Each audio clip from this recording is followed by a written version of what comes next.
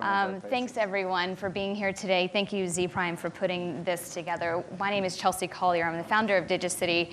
I was born in Houston. I live in Austin, but I absolutely love San Antonio. I really appreciate how you all come together as a community. So I have the really fun job of being able to travel all across the state, around the country, around the world, and identify who are the leaders who are really leading in this community with regards to technology, community engagement, call it a smart city, call it whatever you want, but we're in this age of innovation. Jesse Bounds, who's the Director of Innovation for the City of Houston, is absolutely one of these people. And I think we're finally at this time where we have this great opportunity to, yes, of course, look down in our own municipalities and see what's happening, and then also to lift up and see what we can do on a regional basis, on a statewide basis, and of course, as Americans. So, Jesse, you've been in state government with the City of Houston in the mayor's office for about 12 years. And I think that's so interesting because you've had this broad range of experience in all these different departments. You understand how the city works and how to get things done. So talk a little bit about your evolving role, where you are now, and what you're focused on. Yeah, absolutely. And thank you for having me here. And City of San Antonio, our partners to the west, just love being here. It's the only city that rivals Houston for the friendliest people and best Tex-Mex, so we like it. But yeah, I've been in city government for 12 years in the executive office. Got to, the City of Houston is very large as an organization. We have over 23,000 employees at the city, 3,000 different distinct business areas. So it's a huge learning curve if you're to go and try to enact change and improve the way that the city operates from the executive office, at least. So, but that's what we do, is we go and work with departments, work with researchers in the community to improve the way that the city does business. It's one of the coolest jobs, I think, at the city. Nice. We get to, one of the cooler parts of the job is being able to fly in the blue sky and do kind of what we're doing here today, and envision what the city is going to be like in the future, and how we can tap into new and emerging technologies in order to improve the landscape of cities. So it's just a fantastic time right now with the technological advances that are occurring, and I couldn't be more happy to be with a bunch of futurists here talking about the future of cities. Nice. Well, I think the City of Houston is lucky to have you. So I can imagine, helping Texas's largest city evolve in this age of innovation is difficult enough in and of itself. And then you had a little event happen a couple years ago named Hurricane Harvey. So, I can imagine that accelerated things a bit. How did you all respond to that, and what was Harvey's impact? I mean, of course, devastating on the city, but as a city leader and using technology, how did you deal with all of that? Yeah, that's right. So, nobody expected Hurricane Harvey to be as massive as it was. 52 inches of rain in Houston over a 3-day period. It was the second costliest disaster in American history. We're really still in the rebuilding stage for a large part. About 10% of our entire housing stock was impacted. And so, it was also the first disaster that we've had, at least in the City of Houston, since this new age of technology. I cut my teeth actually and a couple of mayors back in city government. The week before or week after rather, I came on as a city employee right after college was the week that Hurricane Katrina hit. Oh, wow. And we welcomed all of the evacuees from Katrina. And one of the biggest concerns that they had at that time was nobody had cell phones, right. And it was connecting people to family members, and so there were large rooms where we were manually connecting family members and loved ones. Well, the issue this time was with the ubiquitous cell phone and social media usage and that it was about controlling the message and out on social media, and really capitalizing on the community outpouring of support, and everybody wanted to volunteer, everybody wanted to help out. Sure. And so, capitalizing on that. And so in order to do that, we used technology and used our civic technology community that really stood up. I think in San Antonio, you'll have SA Tech, right? In Houston, it's called Sketch City. And it's this community of technology volunteers that, while it was still raining, were spinning up solutions for the problems that we faced, during the storm. We were grossly unprepared in a lot of ways. We had 12 boats as a city of Houston at that time. Wow.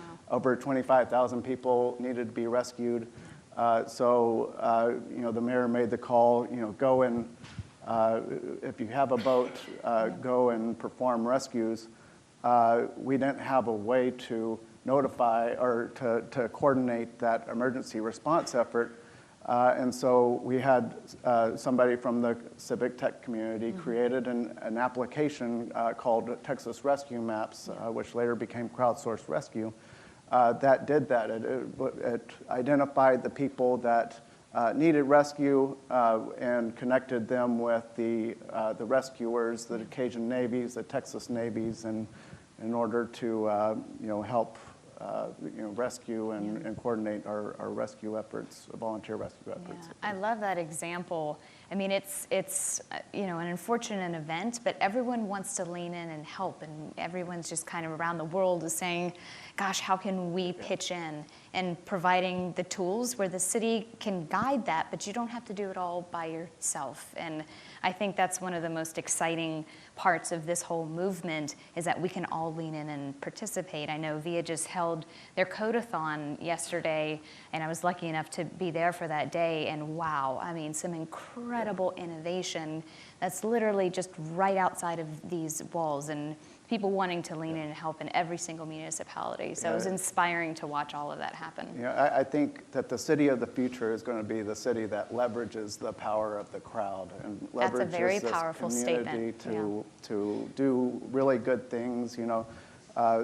They over 200 of our civic technology community were also pulling together a Harvey needs database. So they were literally calling up shelters as they spun up, and entering all of the information, whether they accepted diapers or babies, like they had diaper supplies, or whether they had adequate medical equipment, and we set a text bot on top of that, and the mayor promoted this text bot that you would text text shelter to this number, and it would return you the nearest shelter and real-time availability of that shelter.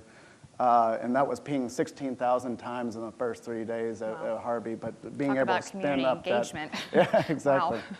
Being able to spin up that technology, rapidly, and then get the word out and deploy this, the resources that were out there was definitely key. So Houston definitely got to see its muscle in action. Post Harvey, how have you all used that to integrate into city services? Are you building stronger? What does the pathway look like from here? Yeah, so right now our motto is build back better. I mean, that's it's all about building a more resilient city. We just became the 101st Resilient City in the 100 Resilient Cities program, the Rockefeller Foundation program. And just today actually announced our Chief Resilience Officer, Marissa Aho, who's from former CRO for City of LA. So fantastic. We're really excited to have her on board. But we think that resilient technology will be one of our core competencies as a city of Houston. We have stood up a water technology innovation demonstration hub to test new and emerging technologies on our water infrastructure, especially stormwater and drinking water, just the entire water, our water infrastructure. And we also we're partnering with the city of San Antonio and Tarrant County, actually, with that the project that Cheryl Scully just referenced, with the flood sensors. We have all of these different flood gauges and flood sensors. We've got a startup that we're working with now that can take any ubiquitous camera and make it into a flood sensor. Basically, it can identify not only the whether it's flooding or not, but the elevation as well. And so imagine the power of, talk about, when leveraging the crowd again, imagine the power of, any person with their cell phone camera taking a picture, a geolocated picture outside of their doorstep, and having that image go to the central database to improve our flood modeling and our mobility solutions and during flooding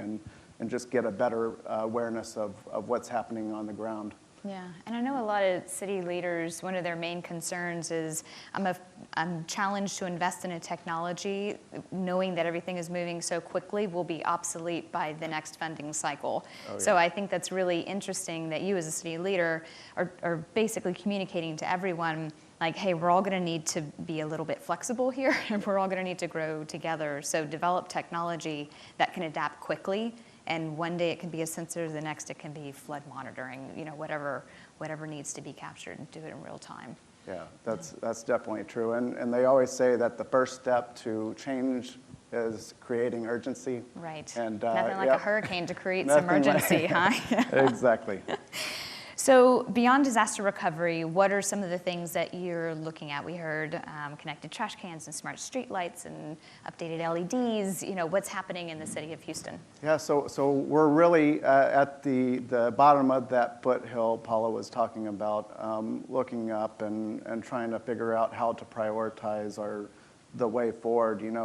We've got a lot of different smart city solutions throughout the city that we're really proud of, some in just pilot stage, some in full development. But we're wanting to figure out a strategy for going forward. And the strategy that we're going to deploy is focus on smart city technology that is going to get us to where we need to be in terms of our resilience goals. So future-proof, we need to be able to future-proof with future technology. Sure. So some we're thinking about it in terms of transportation and public safety and water resilience, obviously, economic resilience, citizen engagement. So in transportation, we're deploying Wi-Fi on our public buses. I know that will hopefully increase ridership. We're doing some of the parking guidance systems downtown that were mentioned earlier.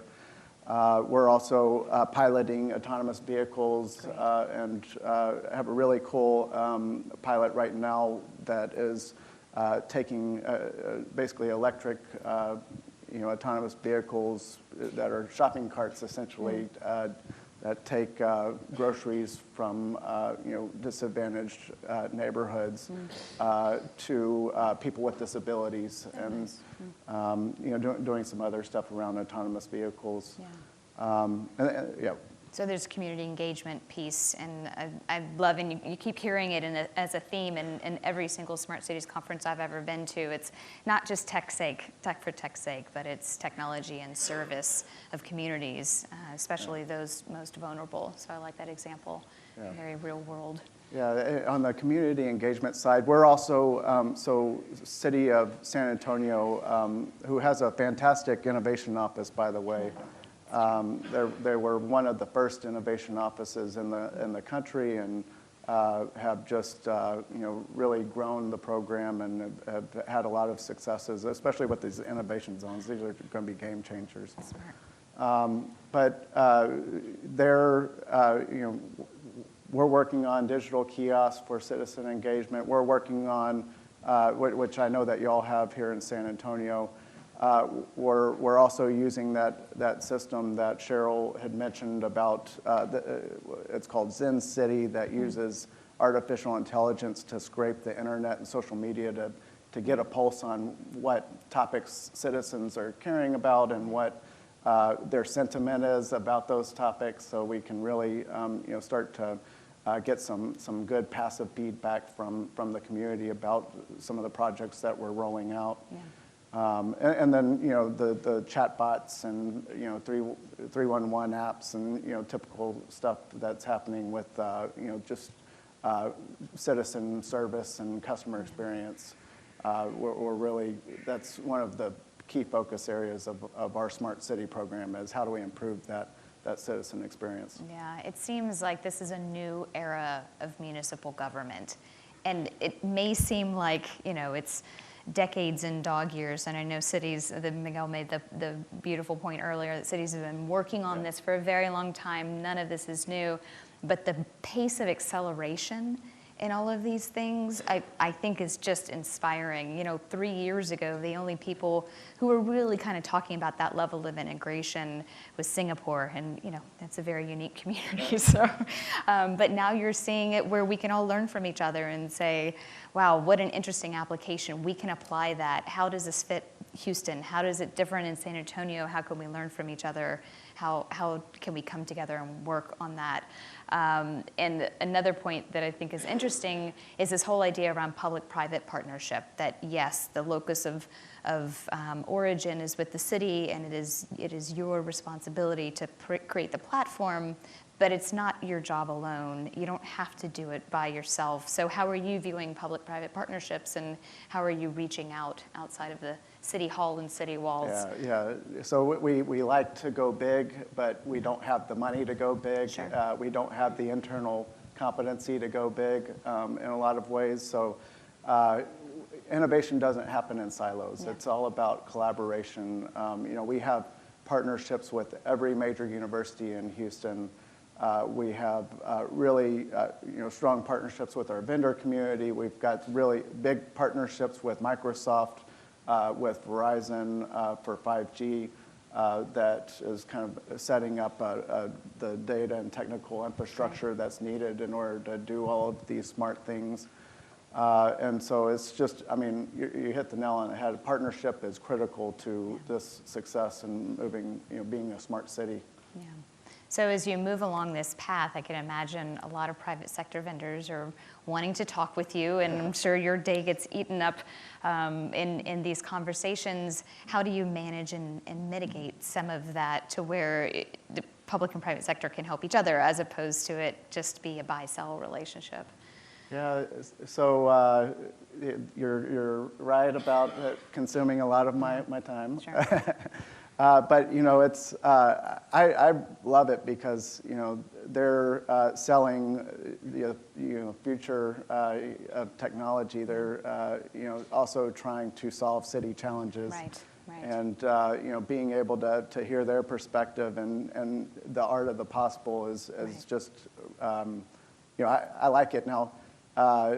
We need to come up with some type of uniform strategy in order to move forward, and you can't have all these different systems that you have to pick one and go with it.